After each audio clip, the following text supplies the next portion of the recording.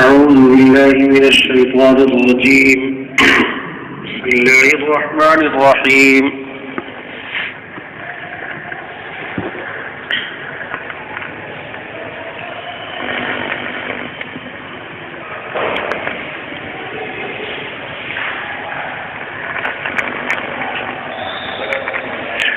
إنا فتحنا لك فتحا مبينا ليغفر لك الله ما تقدم من ذنبك وما تأخر ويتم نعمته عليك ويهديك صراطا مستقيما وينصرك الله نصرا عزيزا. هو الذي أنزل السكينة في قلوب المؤمنين ليزدادوا إيمانا مع إيمانهم ولله جنود السماوات والأرض وكان الله عليما حكيما. ليدخل المؤمنين والمؤمنات جنات تجري من تحتها الأنهار خالدين فيها ويكفر عنهم سيئاتهم وكان ذلك عند الله فوزا عظيما. ويعذب المنافقين والمنافقات والمشركين والمشركات الظانين بالله ظن السوء عليهم دائرة السوء وغضب الله عليهم ولعنهم وأعد لهم جهنم وساءت مصيرا. ولله جنود السماوات والأرض وكان الله عزيزا حكيما. إنا أرسلناك شاهدا ومبشرا ونذيرا لتؤمنوا بالله ورسوله وتعزروه وتوقروه وتسبحوه بكرة وأصيلا. إن الذين يبايعونك إنما يبايعون الله يد الله فوق أيديهم فمن نكث فإنما ينكث على نفسه ومن أوفى بما عاهد عليه الله فسيؤتيه أجرا عظيما. سيقول لك المخلفون من الأعراب شغلتنا أموالنا وأهلنا فاستغفر لنا يقولون بألسنتهم ما ليس في قلوبهم قل فمن يملك لكم من الله شيئا إن أراد بكم ضرا وأراد بكم نفعا بل كان الله بما تعملون خبيرا. بل ظننتم أن لن ينقلب الرسول والمؤمنون إلى أهليهم أبدا وزين ذلك في قلوبكم وظننتم ظن السوء وكنتم قوما بورا. ومن لم يؤمن بالله ورسوله فإنا أعتدنا للكافرين سعيرا. ولله ملك السماوات والأرض يغفر لمن يشاء ويعذب من يشاء وكان الله غفورا رحيما. سيقول المخلفون إذا انطلقتم إلى مغانم لتأخذوها ذرونا نتبعكم يريدون أن يبدلوا كلام الله قل لن تتبعونا كذلكم قال الله من قبل فسيقولون بل تحسدوننا بل كانوا لا يفقهون إلا قليلا.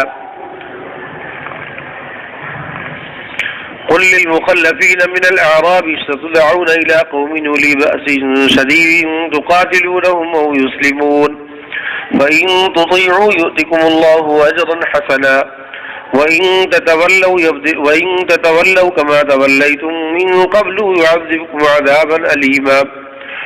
ليس على الأعمى حرج ولا على الأعرج حرج ولا على المريض حرج ومن يطع الله ورسوله يدخله جنات تجري من تحتها الأنهار ومن يتولى يعذبه عذابا أليما. صدق الله العظيم. سورہ فتح کا 2 رکوع پڑھا گیا.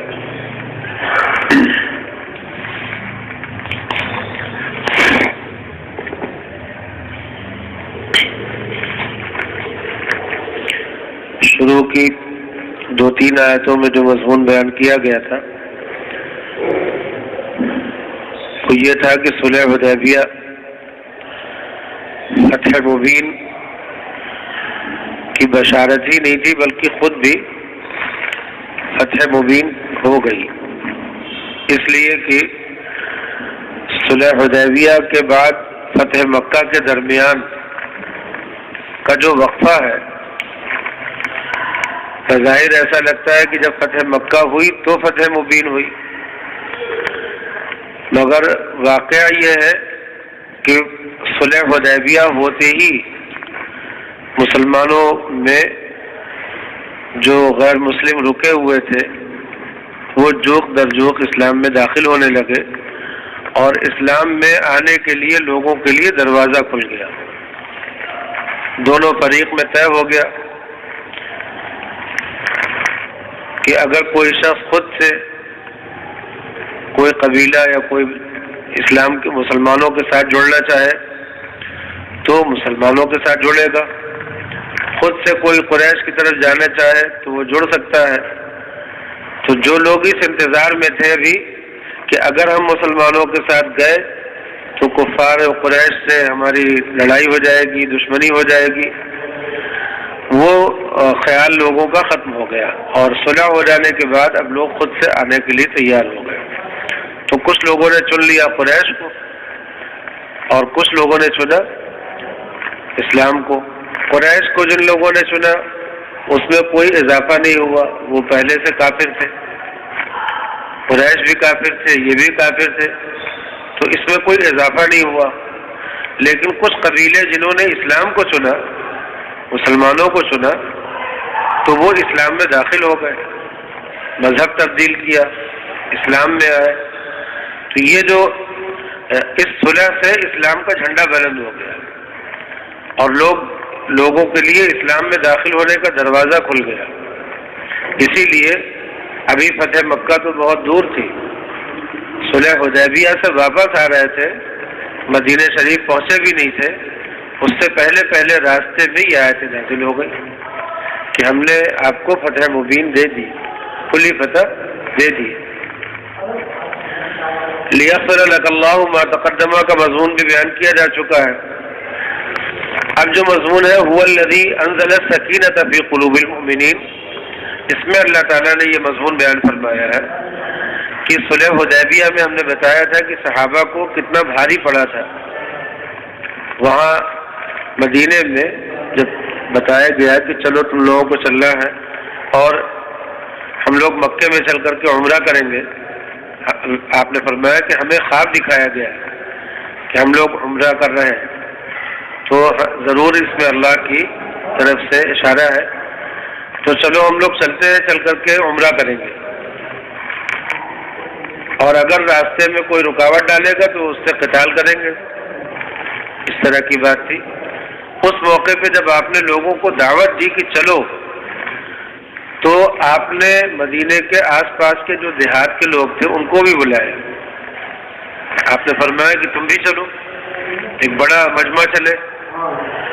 لیکن ہم پہلے بتا چکے ہیں کہ صرف 1400 لوگ چلے.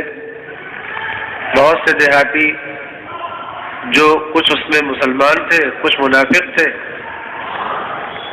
وہ نہیں جا سکے، یا یہ کہیے کہ وہ اس وقت نفاق کی حالت میں تھے، بعد میں اسلام میں داخل ہو گئے، لیکن اس وقت کیفیت ان کی یہی تھی.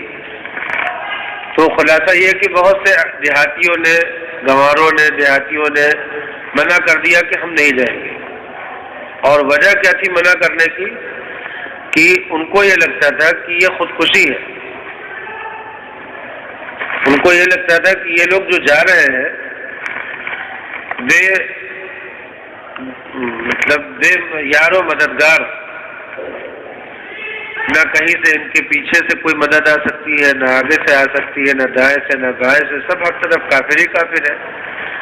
اور یہ لوگ قریش کے منہ میں جا رہے ہیں، مکہ جا رہے ہیں، تو قریش اپنے گھر پر ہے، انہیں کہیں جانا بھی نہیں پڑے گا، اور وہ ان 1400 لوگوں کو مل کر کے ختم کر دیں گے.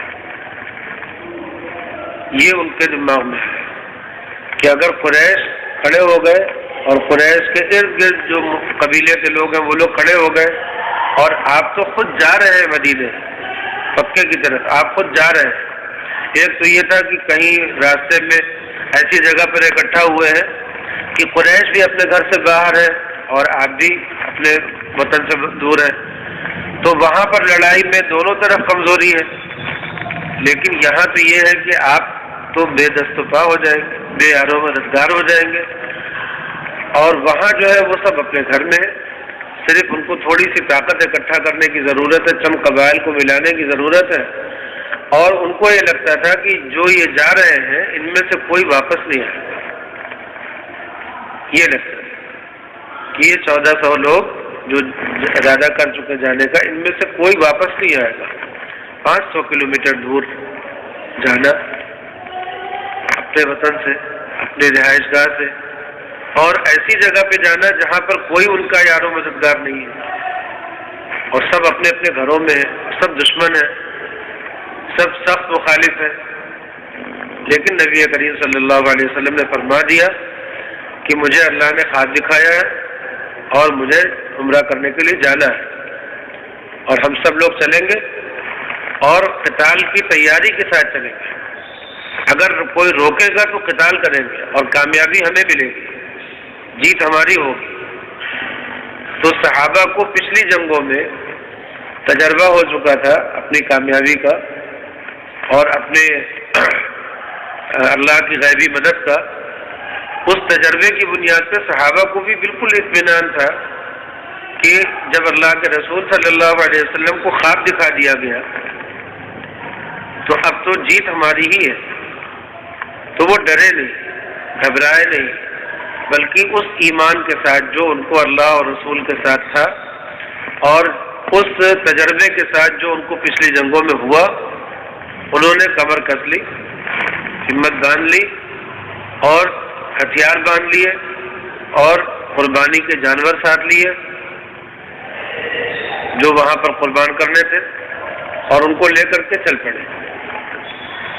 تو اس وقت جو دیہاتیوں نے انکار کیا اس کا بھی تذکرہ اللہ تعالیٰ نے اس میں فرمایا۔ جو لوگ جڑ گئے ساتھ چل پڑے ان کا بھی تذکرہ فرمایا۔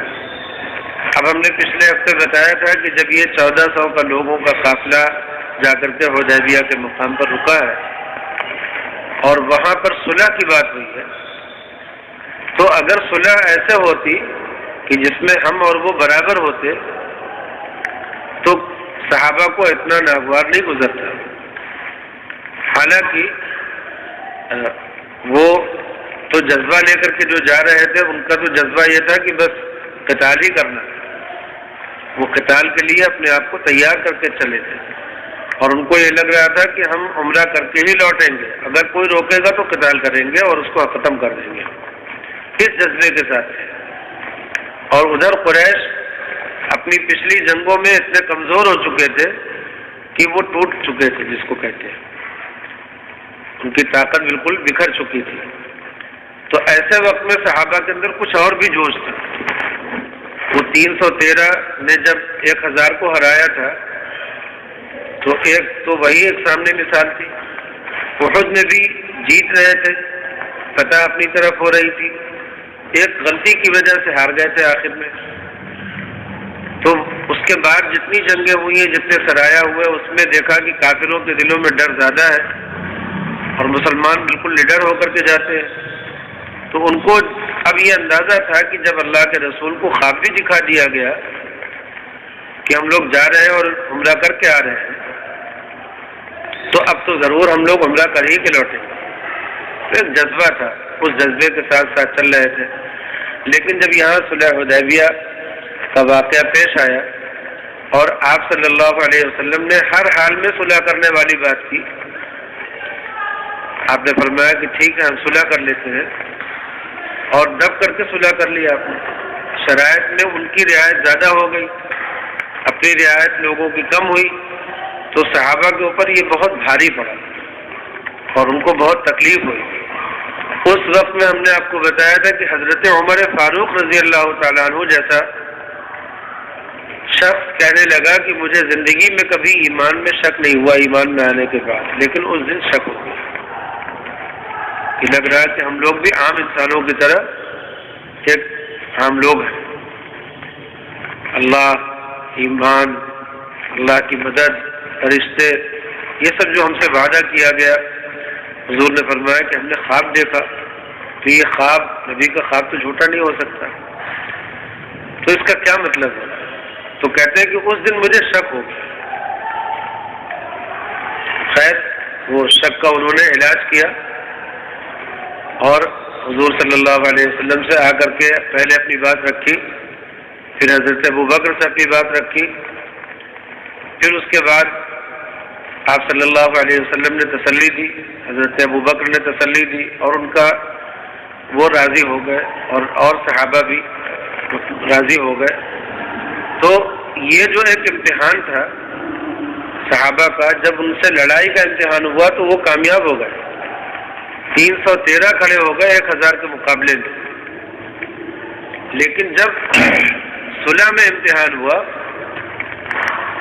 اپنی انا کی بات آ گئی نا، تو جب اس میں امتحان ہوا تو صحابہ کو بہت ہی ناگواری تھی، بہت ان کی طبیعت پر بوجھ ہو رہا تھا اس صلح کو قبول کرنے، لیکن نبی کریم صلی اللہ علیہ وسلم نے آگے بڑھ کر کے دستخط آپ نے اس پر دستخط کر دی۔ صحابہ بالکل کہتے ہیں کہ بددل ہو گئے، ان کے چہرے اتر گئے، سستی آ گئی طبیعت میں، اور بالکل سب کے سب ایسے بیٹھ گئے جیسے لگتا تھا کہ کوئی بہت بڑا غم ان کے اوپر اتر گیا، جیسے ہاتھ پاؤں ان کے بیکار ہو رہا ہے۔ آپ صلی اللہ علیہ وسلم نے فرمایا کہ بھائی چلو اب قربانی کر لو، بال مڈالو، حلال ہو جاؤ، اگلے سال ہم لوگ آئیں گے، جیسا کہ صلح میں طے ہو گیا کہ اگلے سال ہم لوگ آئیں گے۔ تو جب آپ نے یہ بات فرمائی تو اس وقت ہونا یہ چاہیے تھا کہ صحابہ اٹھ کر کے یہی کر لیتے، لیکن کوئی کھڑا نہیں ہوا۔ تو کہاں تو وہ جانے ساری تھی کہ پانی نہیں گرنے دیتے تھے، اور کہاں یہ حال ہو گیا تھا۔ اس وقت میں ان کے دلوں کو سنبھالا کس نے، یہ ہے سوال۔ اسی سوال کا جواب اللہ تعالیٰ نے دیا، هو الذی انزل السکینۃ فی قلوب المؤمنین، وہی اللہ، اسی نے اتار دیا برداشت کی طاقت مسلمانوں کے دلوں میں، تحمل اور برداشت کی طاقت مسلمانوں کے دلوں میں اس نے ڈال دیا، لیزدادوا ایمانا مع ایمانہم، تاکہ ان کے ایمان اور بڑھ جائے، جو ان کے پاس پہلا ایمان تھا اس ایمان میں اضافہ ہو جائے اس واقعے سے۔ اس لیے کہ امتحان کے بارے میں کیا کہا جاتا ہے کہ جب کسی کا امتحان لینا ہو تو اس کو پہلے ہدیہ دو، تحفہ دو، اس کی مدد کرو، اس کے کام آؤ، دیکھو کہ وہ اس میں تمہارے ساتھ جواب کیا دیتا ہے۔ اس نے شکر گزاری کی، اس نے احسان کو تسلیم کیا، اس نے مان لیا، تو یہ پہلا امتحان ہوتا ہے جو کسی دوست کے ساتھ کیا جاتا ہے۔ پھر دوسرا امتحان کیا ہوتا ہے، اس کو غصہ دلاؤ، اس سے دوری بناؤ، اس کے ساتھ کوئی ایسا برتاؤ کرو جس سے اس سے تکلیف پہنچ جائے۔ اس کے بعد دیکھو کہ وہ اس حالت میں کیا کرتا ہے۔ اگر وہ اس حالت میں تمہیں چھوڑ کر کے بھاگ جاتا ہے تو وہ تمہارا دوست نہیں ہے۔ جب تمہیں غصہ دلاتے ہو، تم اس کے ساتھ کوئی ایسی بات کرتے ہو جس سے اس کو تکلیف ہو رہی ہے، تو دیکھو کہ اس وقت میں وہ تمہارے ساتھ جڑا رہنے کو پسند کرتا ہے یا نہیں پسند کرتا ہے۔ تو کہتے ہیں نا کہ آدمی کے جب حالات خراب ہو جاتے ہیں تو سب چھوڑ کر کے چلے جاتے ہیں۔ یہاں حالات خراب ہونے کی بات نہیں ہے، تم حالات خراب کر دو۔ دیکھو اب کیا کرتا ہے، جیسے بچے ہوتے ہیں ہمارے اپنے بچے، جب وہ ہماری اطاعت کرتے ہیں، فرما برداری کرتے ہیں، تو ہمیں لگتا ہے کہ ہمارا خاندان کتنا مضبوط ہے، طاقتور ہے، اور ہم اپنے بچوں پر فخر کرتے ہیں، دیکھو ہمارے بیٹے، ہماری بیٹیاں۔ لیکن وہی بچے جب گڑبڑ کرنے لگتے ہیں، جب وہ ہماری مخالفت کرنے لگتے ہیں، جب وہ ہمیں برا بھلا کہنے لگتے ہیں، جب وہ ہماری شکایت کرنے لگتے ہیں پڑوسیوں سے اور خاندان والوں سے، تو پھر ہمیں امتحان لینا چاہیے اپنا کہ ہم اپنے بچوں کے لیے کتنے خیر خواہ ہیں۔ اس وقت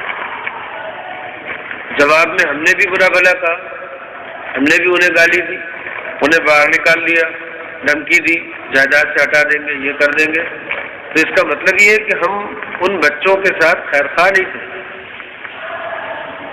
ہم ان سے دلی محبت نہیں کرتے تھے، وہی بحالی محبت کرتے تھے کہ اگر ہمارے مطلب کے ہو تو ٹھیک ہے، نہیں مطلب کے ہو تو جاؤ۔ یہی ہوا۔ وہاں پر ماں باپ کا امتحان ہوتا ہے کہ وہ اپنے بچوں کے ساتھ اب کیا کرتے ہیں۔ تو یہ صلح حدیبیہ میں جو امتحان ہوا ہے صحابہ کا، یہ بہت بڑا امتحان تھا۔ کہ جس وقت اپنی مرضی کے خلاف، اپنے جذبات کے خلاف وہ جذبات سے بھرے ہوئے تھے، اب تو ہم جنگ کریں گے. آپ کو اندازہ ہوگا، ایسے نہیں اندازہ ہوگا، آپ تصور کیجئے ان صحابہ کے بارے میں جن کو مکہ چھوڑنا پڑا تھا، جن کو اس سے پہلے 2 مرتبہ مکہ چھوڑ کر کے جانا پڑا تھا، پھر تیسری مرتبہ چھوڑنا پڑا تھا. ان صحابہ کے بارے میں، ان کے بیوی بچوں کے بارے میں، ان کے اس تصور کے بارے میں اندازہ لگائیے کہ ان کے جذبات کیا ہوں گے کہ آج ہم مکے جا رہے ہیں اور اگر راستے میں کوئی بھی آیا تو ختم کر دیں گے. ایسے وقت میں یہ جو صلح حدیبیہ ہوئی ہے اور دب کر کے ہوئی ہے، کافروں کو زیادہ رعایت دے دی گئی اور مسلمانوں کو کم کر دیا گیا، اپنے بچوں کو دبا لیا گیا. یہ جو صلح حدیبیہ ہوئی ہے، اس صلح حدیبیہ میں صحابہ کا زیادہ بڑا امتحان ہو گیا کہ ایسے وقت میں وہ اپنے نبی کے ساتھ رہتے ہیں، اللہ کی اطاعت کرتے ہیں، دین ایمان کے ساتھ وابستہ رہتے ہیں، یا چھوڑ کر کے چلے جاتے ہیں. اس بڑے امتحان میں اللہ تعالیٰ فرماتے ہیں کہ جو تم لوگ کامیاب ہو گئے، اس کام کیسے کیا ہوا تھا. ہم نے بتایا تھا پچھلے کہ آپ صلی اللہ علیہ وسلم نے صحابہ سے کہا کہ ایسا کر لو، لیکن صحابہ میں سے کوئی اٹھا نہیں، تو آپ پریشان ہو گئے آپ بھی کہ اب کیا کریں، ان کو کیسے سمجھائیں. سختی بھی نہیں کر سکتے، کچھ کہہ بھی نہیں سکتے، سب بدل ہیں، سب کے دل اترے ہوئے ہیں. تو پھر آپ واپس آئے گھر میں، آ کر کے اپنی اہلیہ کے پاس، حضرت ام سلمہ رضی اللہ تعالیٰ عنہ صاحب کی اپنی اہلیہ کے پاس بیٹھے. فرمایا کہ میں کیا کروں، لوگوں کے دل اتنے اترے ہوئے ہیں کہ اس وقت انہوں نے میری بات کے اوپر بھی توجہ نہیں کی، وہ اٹھ کر کے کھڑے نہیں ہو رہے، اپنا کام نہیں کر رہے جو میں کہہ رہا ہوں. حضرت ام سلمہ رضی اللہ تعالیٰ عنہ نے فرمایا کہ اس وقت ان کے دل بہت زیادہ غم میں ہے، اور اگر آپ انہیں کوئی حکم دیں گے تو ان کے لیے پورا کرنا مشکل ہو رہا ہے. تو آپ ایسا کیجئے کہ انہیں حکم مت دیجیے، آپ صرف وہ کام کر دیجیے. آپ باہر جائیے اور جا کر کے خود آپ قربانی کر دیجیے اپنے جانور کی اور اپنے بال اتار دیجیے. یہ ایک بہت بڑا سبق ہے، تربیت کا ایک بہت بڑا سبق ہے جو حضرت ام سلمہ ہماری ماں کے ذریعے سے ادا ہوا. اس لیے کہ جب ہم کبھی اپنے بچوں کو، اپنے متعلقین کو کبھی ایسے وقت میں جب ان کے دل ٹوٹے ہوئے ہو کسی وجہ سے اور ان پر کوئی حکم مسلط کرتے ہیں، تو کبھی ایسا ہوتا ہے کہ مخالفت سامنے آ جاتی ہے، بچے مخالف ہو جاتے ہیں. اس مخالفت سے بچنے کے لیے ماں باپ کو حکمت عملی کی ضرورت پڑتی ہے، اور اس حکمت عملی کو سیکھنے کے لیے انہیں سیرت کا پورا مطالعہ کرنا چاہیے. اپنے بچوں کی تربیت میں یہ سیرت کا پورا سبق ہمارے لیے بہت بڑا سبق ہے کہ دیکھیے حضرت ام سلمہ نے کیا کہا کہ آپ ایسا کر لیجیے. حضرت حضور صلی اللہ علیہ وسلم باہر تشریف لائے، آپ نے اپنی قربانی کا جانور ذبح کر دیا، اپنے بال اتار دیے. سارے صحابہ ایک ایک کر کے اٹھے، اٹھ کر کے سب نے، ایک اٹھے، دوسرے اٹھے، تیسرے اٹھے، سب نے کر ڈالا فوراً. تو ان کی اطاعت میں، ان کی محبت میں، ان کے تعلق میں کوئی کمی نہیں آئی تھی، لیکن ایسا غم، ایسا درد ان کو تھا کہ اس کی وجہ سے وہ وہاں اللہ کے رسول کی بات بھی پر توجہ نہیں کر پائے. اس نقطے کو محفوظ کر کے اپنے دماغ میں یہ سمجھنا چاہیے کہ کبھی ہمارے بیٹے، ہمارے بچے، ہمارے گھر کے لوگ، ہمارے اپنے سگے بھائی کبھی کسی ایسی کیفیت میں چلے جاتے ہیں کہ جہاں سے انہیں واپس لانے کے لیے موقع دینے کی ضرورت ہوتی ہے، انہیں موقع دینے کی ضرورت پڑتی ہے. ان کے لیے دوسری راہ اپنانی پڑتی ہے، حکمت عملی اختیار کرنے کی ضرورت پڑتی ہے. صاف ہر جگہ یہ حکم دے دینا کہ نہیں میں نے کہا تم کرو، تم نے نہیں کیا اس کا مطلب تم باغی ہو، یہ والا جو جملہ ہوتا ہے، یہ انداز جو ہوتا ہے، یہ صحیح نہیں ہر جگہ کے لیے. ابھی آپ نے دیکھا مدینے سے چلتے وقت حضور صلی اللہ علیہ وسلم نے جب آس پاس کے دیہاتیوں سے کہا کہ چلو، انہوں نے انکار کر دیا. ایک اطاعت کی یعنی خلاف ورزی ایک وہ ہے، اور ایک خلاف ورزی یہ ہو رہی ہے، لیکن یہ خلاف ورزی کس سے ہو رہی ہے؟ فرما بردار لوگوں سے ہو رہی ہے، تو وہاں ان کے جذبات کا خیال کر لینا یہ نبی کریم صلی اللہ علیہ وسلم کی تربیت کا حصہ ہے۔ اسی لیے علماء نے لکھا ہے کتابوں میں، مسئلے مسائل کی جو کتابیں لکھی ہیں اس میں ہم لوگ نماز روزے کے مسائل تو پڑھتے مگر یہ سب مسئلے پڑھتے بھی نہیں ہم۔ علماء نے لکھا ہے کہ ماں باپ کو چاہیے کہ اپنے بچوں کو کبھی براہ راست حکم نہ کرے، یہ کرو یہ نہ کرو، اس لیے کہ انہوں نے اگر ہم نے کہا کرو اور انہوں نے نہیں کیا تو وہ اپنے ماں باپ کی اطاعت کے خلاف، اطاعت کرنے کے خلاف مجرم ہو گئے نا۔ اطاعت نہیں کی، فرما برداری نہیں کی تو حکم کی خلاف ورزی کرنے پر وہ مجرم ہو گئے، اور ان کو مجرم بنایا کس نے؟ ہم نے۔ تو کتابوں میں، فقہ کی کتابوں میں لکھا ہوا ہے کہ ماں باپ کو چاہیے کہ اپنے بچوں سے جب کوئی کام کہیں تو کچھ اس طرح کا لہجہ ہونا چاہیے کہ بیٹا میں یہ چاہتا ہوں کہ ایسا ہو، میں یہ چاہتا ہوں کہ ایسا ہو، میری خواہش ہے کہ ایسا ہو، اگر یہاں پر یہ کام ایسے ہو جاتا تو بہتر تھا۔ اپنا حکم نہ جاری کرے ان کے اوپر، نہیں میں نے کہہ دیا تو کرنا ہے، یہ نہیں، بلکہ ان کو عموماً جب مخاطب کرے تو اس طرح مخاطب کرے کہ میں چاہتا ہوں کہ ایسا ہو، میری خواہش ہے کہ یہ کام اس طرح ہو جائے، اگر ایسا ہوتا تو زیادہ بہتر تھا۔ تو ان کے سامنے آپشن رکھ کر کے بات کریں کہ اگر انہوں نے اس کو کر لیا تو اپنے باپ کا دل خوش کر دیا، اپنی ماں کا دل خوش کر دیا، اور اگر وہ نہیں کر پائے، اپنی کسی وجہ سے سمجھ میں نہیں آئی بات، یا ان کو اس سے بہتر کوئی دوسرا راستہ سمجھ میں آ رہا تھا اور وہ نہیں کر سکے، تو براہ راست وہ اپنے باپ کے حکم کی خلاف ورزی کرنے والے مجرم نہ بنے، گنہگار نہ بنے۔ اسی لیے ماں باپ کے لیے یہ بھی حکم ہے کہ کبھی اپنے بچوں سے سوال ایسے نہ کرے کہ اگر وہ بچہ اس سوال کا صحیح جواب نہ دے سکے تو جھوٹ ہو جائے۔ ہوتا ہے یہ کام تم نے کیا، اب بچے نے سوچا اگر میں قبول کر لوں تو خرابی، اور اگر نہ قبول کروں تو جھوٹ، تو بچہ وہاں مخمصے میں پڑ جاتا ہے کہ کیا کروں، ہاں کر دوں یا نہ کر دوں۔ کبھی کبھی وہ ڈر کر کے یا کسی ایسی بات وجہ سے وہ کیا کرتا ہے، جھوٹ بول لیتا ہے، اور اس کو جھوٹ بولنے پہ مجبور کون کرتا ہے؟ ماں باپ کرتے ہیں، ان کے بڑے کر دیتے ہیں، اس لیے کہ کوئی ایسی بات بیٹے سے ہو گئی، بچوں سے ہو گئی، اگر وہ ہاں کر دے تو باپ کو اور زیادہ تکلیف ہو۔ بچے ہاں کر دیں کہ ہاں میں نے یہ کیا تو ماں باپ کو اور تکلیف ہو۔ انہوں نے سوچا کہ میں یہاں پہ ماں باپ کو تکلیف نہ دوں، جھوٹ بول دوں، بعد میں اللہ سے معافی مانگ لوں گا۔ بچے نے ایسا سوچا، اس نے جھوٹ بول دیا، لیکن اس کو جھوٹ بولنے پہ مجبور تو ہم نے کیا نا، سوال ہی ایسا کیا کہ اس کے سامنے کوئی دوسرا راستہ نہیں تھا۔ تو وہاں پر بھی راستے رکھنا چاہیے۔ مثلا بچے سے یہ کہنا، یہ معلوم کرو، پتہ کرو کہ یہ کیسے ہوا، ٹھیک، اس کو موقع دینا چاہیے کہ وہ اپنی بات کہہ سکے، کسی طریقے سے اس کو دوبارہ پیش کر سکے۔ ابھی جواب دو، ابھی تم نے یہ کیا نہیں کیا، یہ جو سیدھا لوگ حکم سناتے ہیں اپنے بچوں کو، یہ تربیت کے اصول کے خلاف ہے۔ بچوں سے مخاطب ہونے کا طریقہ یہ نہیں ہونا چاہیے، وہ ہونا چاہیے جو ہم نے آپ کو سکھایا۔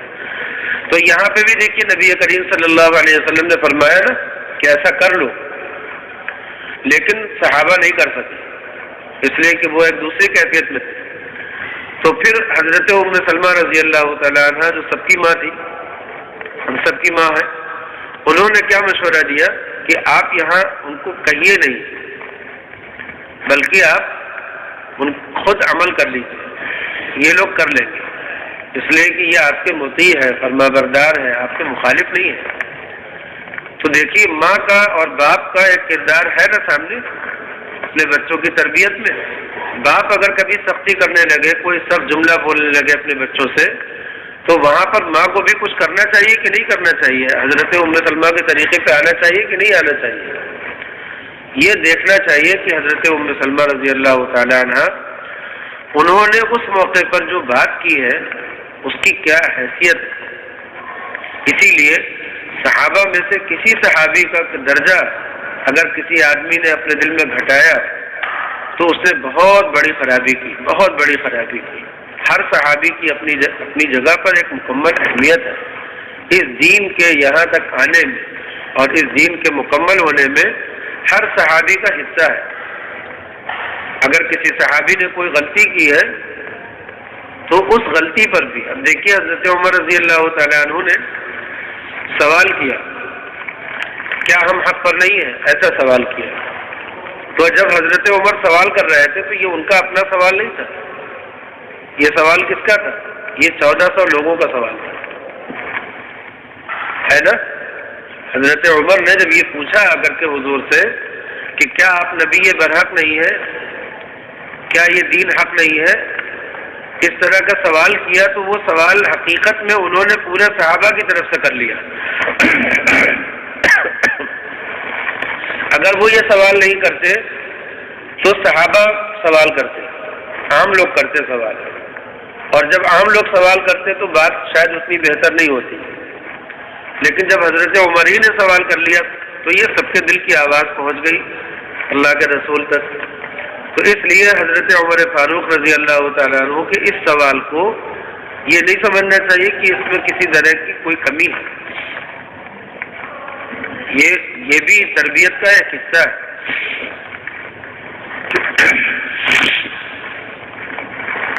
میں آپ کو کیا بتاؤں، گھر میں 4 بھائی ہیں اور ان 4 بھائیوں میں سے 2 بھائی یا 3 بھائی کے ساتھ کوئی معاملہ ماں باپ کر رہے ہیں جو ایک طرح سے ان کا امتحان چل رہا ہے یا ان کی آزمائش ہو رہی ہے، تو ایک بھائی جو بچا ہوا ہے اسے، یا اگر سب کا امتحان چل رہا ہو تو ان میں سے کوئی ایک اگر کھڑے ہو کر کے بھائیوں کی ترجمانی کر دے، جو زیادہ سمجھدار ہو وہ بھائیوں کی ترجمانی کر دے اور پیغام پہنچا دے ماں باپ تک کہ ہم لوگ یہ چاہتے ہیں، تو یہ بھی تو حضرت عمر رضی اللہ تعالیٰ عنہ کے اس میں نمونہ ملتا ہے ہمیں۔ اگر وہ نہیں کہتے تو صحابہ میں سے 1400 لوگوں میں سے اگر بھیڑ اکٹھا ہوتی اور لوگ اکٹھا ہو کر کے کوئی بات کہتے تو ان کو سمجھانا زیادہ مشکل ہوتا۔ حضرت عمر فاروق رضی اللہ تعالیٰ عنہ نے سوال کر دیا، تو یہ سوال کرنا بھی عین حکمت کا تقاضا تھا، اس کا جواب دینا یہ بھی حکمت کا تقاضا تھا۔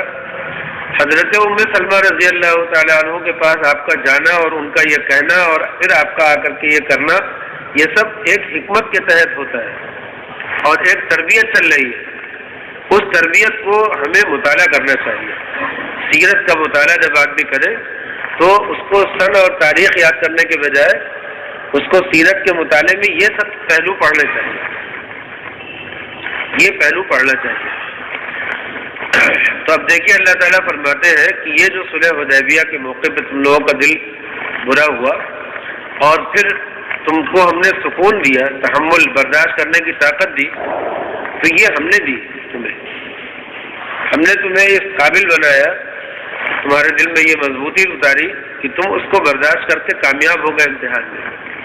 هو الذی انزل السکینۃ فی قلوب المؤمنین، یہ اللہ تعالیٰ کا ایک عجیب معاملہ ہے کہ صحابہ نے جو کچھ بھی قربانیاں دی ہیں، جب آپ تصور میں اس میدان میں جائیں گے تو آپ کو یہ محسوس ہوگا کہ اگر ہم لوگوں میں سے کسی کو یہ امتحان ہو جاتا تو پتہ نہیں۔ ایک حضرت حاجی امداد اللہ صاحب رحمۃ اللہ علیہ کی خدمت میں حضرت تذکرہ فرما رہے تھے صحابہ کا، تو ایک صاحب کہنے لگے کاش ہم نے وہ دور پایا ہوتا، کاش ہمیں بھی صحابہ کی وہ معیت ملی ہوتی۔ اس طرح کا اپنا کاش جب بیان کیا انہوں نے تو حاجی صاحب نے فرمایا کہ بھائی آپ کی تو بڑی ہمت ہے کہ آپ صحابہ کے دور پانے کی ہمت کرتے ہیں، میرے اندر تو یہ ہمت نہیں ہوتی۔ میں تو یہ سوچتا ہوں کہ خدا نخواستہ اگر وہ دور میں نے پایا ہوتا اور صحابہ ایمان میں داخل ہو گئے، اگر ہم سے وہ ہمت نہیں ہو پاتی تو کیا ہوتا؟ براہ راست انکار کر کے کافروں میں بھی تو ہو سکتے تھے.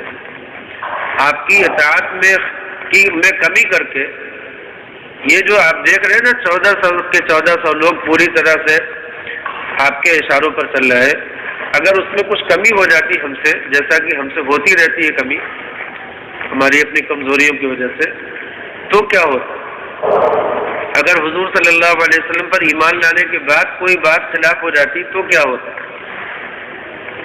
تو اس لیے جہاں اللہ تعالیٰ نے رکھا ہے وہی ٹھیک ہے نا. یہیں پر ہم اپنے نبی کے ساتھ وہ والی اطاعت کر کے دکھلا دیں جس کے بارے میں نبی نے پیشن گوئی کی. آپ نے فرمایا کہ میرے بعد ایسے لوگ آئیں گے جنہوں نے مجھے دیکھا نہیں ہوگا اور وہ قرآن پر ایمان لائیں گے، حدیث پر ایمان لائیں گے، میری باتوں پر ایمان لائیں گے، اور جب وہ نماز پڑھیں گے تو ان کی نمازوں کا ثواب ان کو 50 گنا ملے گا. تو صحابہ نے پوچھا کہ ان میں کے 50 گنا؟ آپ نے فرمایا نہیں، تم میں کے 50 گنا، اس لیے کہ تم وحی کو اترتے ہوئے دیکھ رہے ہو، تم براہ راست مشاہدہ کر رہے ہو نبوت کا، اور انہوں نے نبوت کا مشاہدہ نہیں کیا ہوگا، وہ صرف ایمان لائے ہوں گے. تو آپ نے فرمایا کہ تم میں کے 50 لوگوں کے برابر انہیں اجر ملے گا جب وہ نماز پڑھیں گے، جب وہ دین پر چلیں گے. تو آپ نے فرمایا ہے نا اپنے بعد والوں کے لیے کہ ہمارے بعد کچھ ایسی جماعت آئے گی جس نے نبوت کو دیکھا نہیں ہوگا لیکن اس نے ایمان قبول کیا ہوگا. تو اللہ تعالیٰ نے قرآن پاک میں بھی اس جماعت کا تذکرہ کیا ہے اور حدیث پاک میں بھی ان لوگوں کا تذکرہ ہوا ہے. اللہ تعالیٰ نے ہمیں انہی لوگوں میں پیدا کر دیا نا، ہم انہی لوگوں میں سے ہو گئے نا جنہوں نے اللہ کے نبی کو نہیں دیکھا، صحابہ کو نہیں دیکھا، وہ دور اول نہیں پایا، لیکن ایمان لائے، اللہ کی کتاب پر ایمان لائے، اللہ کے رسول پر. تو هو الذی انزل السکینۃ فی قلوب المؤمنین، صحابہ کی اور نبی کریم صلی اللہ علیہ وسلم کی سیرت کو اس طرح پڑھنے کی ضرورت ہے کہ اس کے ایک ایک پہلو پر غور کریں، سمجھے کہ آج کے دور میں ہمارے گھروں میں تربیت کے لیے، ہمارے معاشرے میں تربیت کے لیے اس میں نمونہ ہے پورا کہ نہیں موجود ہے. آپ نمونہ صرف نماز کے لیے نہیں تھے، اللہ نے جو آپ کو نمونہ بنایا تو صرف نماز کے لیے نہیں بنایا کہ نماز ایسی پڑھ لیں، صرف روزے کے لیے نہیں بنایا، صرف زکوٰۃ کے لیے نہیں بنایا، آپ کو نمونہ بنایا تمام شعبہ زندگی میں. جب ہم گھر میں رہتے ہیں، اپنے گھر والوں کے ساتھ رہتے ہیں، تو اس وقت میں اپنے گھر والوں کے ساتھ کیسے رہنا چاہیے، اس میں بھی ہمارے نبی کی زندگی نمونہ ہے. کبھی اس کا مطالعہ کیجیے. آپ اپنے گھر میں کیسے داخل ہوتے تھے، کن باتوں کی رعایت کرتے ہوئے، اور کن باتوں کی رعایت کرتے ہوئے گھر میں رہتے تھے. ازواج مطہرات کو کس طرح ایک دوسرے کے ساتھ رکھتے تھے، کیسے ان کے ساتھ پیش آتے تھے، خاندان والوں کے ساتھ کیسے پیش آتے تھے. اب آپ دیکھیے